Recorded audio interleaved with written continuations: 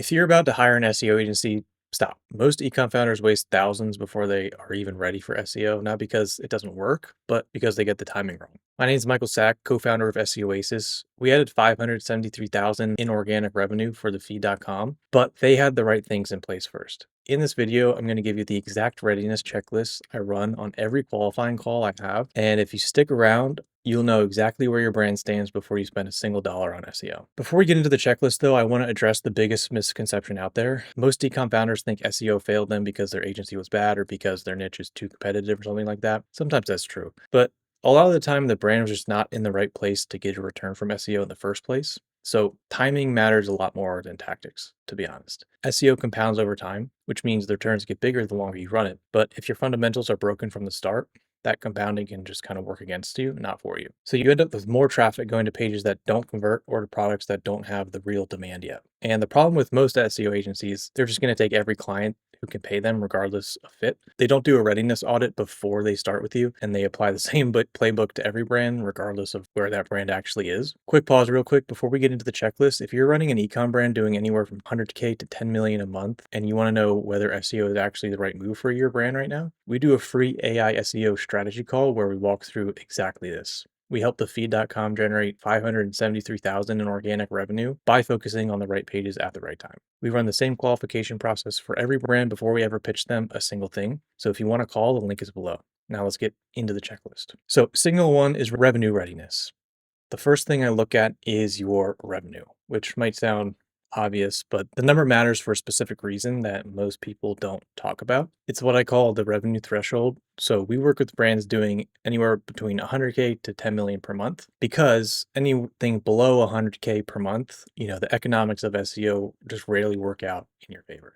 And above 10 million a month, you probably have an in-house team at that point that should be handling all this. So here's why that lower threshold of 100K matters, right? Because SEO is not a short-term play. In our experience, brands start seeing meaningful results in 8 to 12 weeks, not 6 to 9 months like most agencies will tell you. But even at that speed, you need enough margin to sustain the investment before returns compound. And if you're doing 100K a month or less, every marketing dollar is usually better spent, tightening your conversion rate, improving product pages, or just running more paid ads because you're going to get a faster return on those dollars. Plus, the brands that benefit the most from SEO are the ones already running paid ads, right? They've maxed out what they can spend on meta ads and stay profitable. And they're not looking to replace ads. They're just looking to add a channel that doesn't eat into their margin. So if you're not running paid yet and SEO is your first channel, that is usually a good sign to pause and fix the paid economics first. And then it's not just about revenue levels, it's about what healthy revenue looks like. So you want consistent month over month revenue, not just one good month. You need a product that moves without heavy discounting. You need a customer acquisition cost that you understand and can benchmark against. If your revenue is unpredictable, SEO won't fix that. You need a stable base for SEO to compound on top of. All right, signal two is product market fit. Revenue is the first filter, and then the second is whether your product has real proven demand. And I don't mean product market fit in the traditional sense that you're probably thinking right now. This really is tied to like keyword volume, right? So this is one that most agencies just don't think about at all, and it's one that burns founders the most. So what this actually looks like is you want there to be people that are already searching for what you sell, and there needs to be specific keywords or sets of keywords your product can realistically own. Your product needs to be specific enough to rank for those specific keywords and not just like broad apparel or generic accessories, right? If you sell t-shirts and you're like a streetwear brand, you're gonna have a really tough time doing well with SEO or just selling like iPhone cases or something, unless you have a unique selling point. And that unique selling point is something that people are specifically searching for on Google already, you're gonna have a really tough time with SEO. And a really quick test is, can you describe your product in a way that also describes how a customer would search for it on Google, right? Good example is like if you sell rooftop tents, you can go to Google and see that people search rooftop tents 40,000 times a month. It's a lot, but it's not 40 million, right? It's not so broad that you're going to have a really hard time ranking for it. That's a real ownable keyword. Again, if you sell like t-shirts and you're just a streetwear brand and there's nothing unique enough about your product that is actually being searched for on Google, it's just too broad to do anything useful with. So SEO is just probably not going to work really well for you. Specificity is everything. Niche products with specific search terms outperform broad product categories like every time.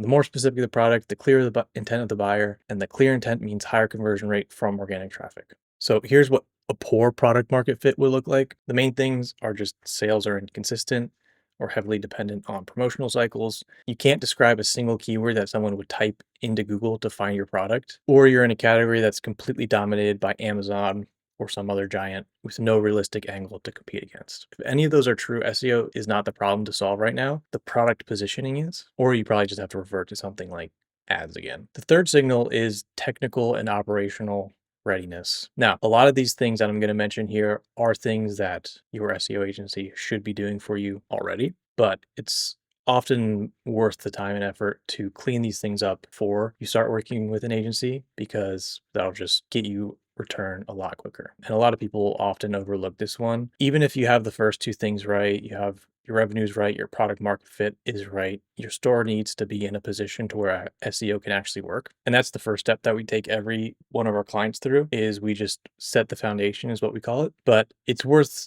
doing this on your own before you start working with it, just again, to get results coming in quicker. And the first thing to look for is technical foundation. So your Shopify store needs to be crawlable, indexable, and there should be no major technical issues blocking search engines from reading your pages. Page speed should be at a reasonable place. Doesn't have to be perfect, but definitely not broken either. And again, it doesn't have to be perfect before you start with an agency, and a good SEO partner will handle a lot of this as part of the engagement, but it's a good idea to have some minimum set. And honestly, if you're on Shopify, a lot of this taken care of for you already, but still good to double check. Then on the content foundation side, you need collection pages for your main product categories. They need to have product titles and descriptions. Product titles and descriptions need to match how customers are actually searching, not like the internal brand name that you use for it. And there should be some basic structure in place, not just a completely blank slate. One of the most common things I see on audits is brands using internal product names that nobody searches for. So their specific like brand name for their product. Your customers are not searching for your brand names for a product. And if they are, you're going to rank for that. You don't have to worry about ranking for that. They're searching for what the product actually does. So you want to make sure all your product titles have that actual thing. So what does operational readiness look like? One, it means you have a team member or point of contact who can help the agency make changes. They're not going to make the changes for you. We make changes for all our clients, so we don't necessarily need this, but you need to have like a responsive person. If you're going to hire an SEO agency and then just not interact with them, you're just begging to light money on fire. You need to understand that SEO, again, is a collaboration, not something you hand off and forget about. And then you have to be willing to make changes to your site based off of what the data shows. Some people are very picky about what to put in their nav bar and how the product titles appear on the website. But if you want to really squeeze the most you can out of SEO, you need to do what the data tells you to do. And that last point matters more than most founders expect. SEO requires you to be responsive. If every change takes 3 months to get through to your tech team, results are going to be way slower than they need to be. So you either need to speed them up on your end or hire someone that's going to just do it for you. If you've gone through these 3 signals and you are checking the boxes, and the next step is to see what SEO can actually do for your specific brand. We have a free AI SEO strategy call where we walk through your site, identify your highest value pages, and show you exactly where the organic revenue opportunity is. Link is below. All right, back to the video. So pulling it all together, here's how I score a brand during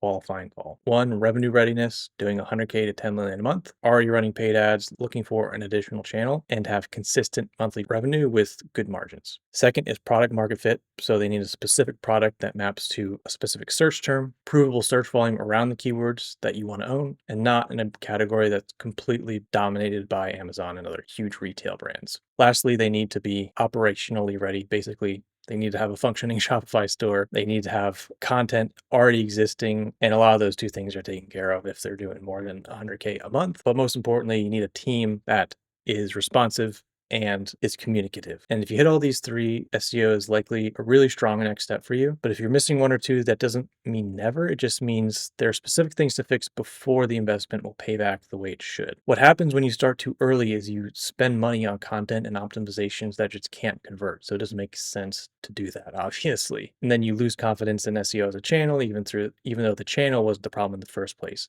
And you end up attributing the failure to SEO when the real issue was timing. We're not trying to take every brand that comes through. We're trying to take the right brands and get them real results. And that's how we've built the case studies worth talking about. So you now know the 3 signals that tell you whether your ecom brand is ready for SEO, but here's the problem most founders hit next. They get ready, they hire someone, and then the AI written copy on their collection page doesn't rank at all, but not because the strategy is wrong. It was because the research process behind the copy is broken. And I break that down in full in the next video. Go watch it.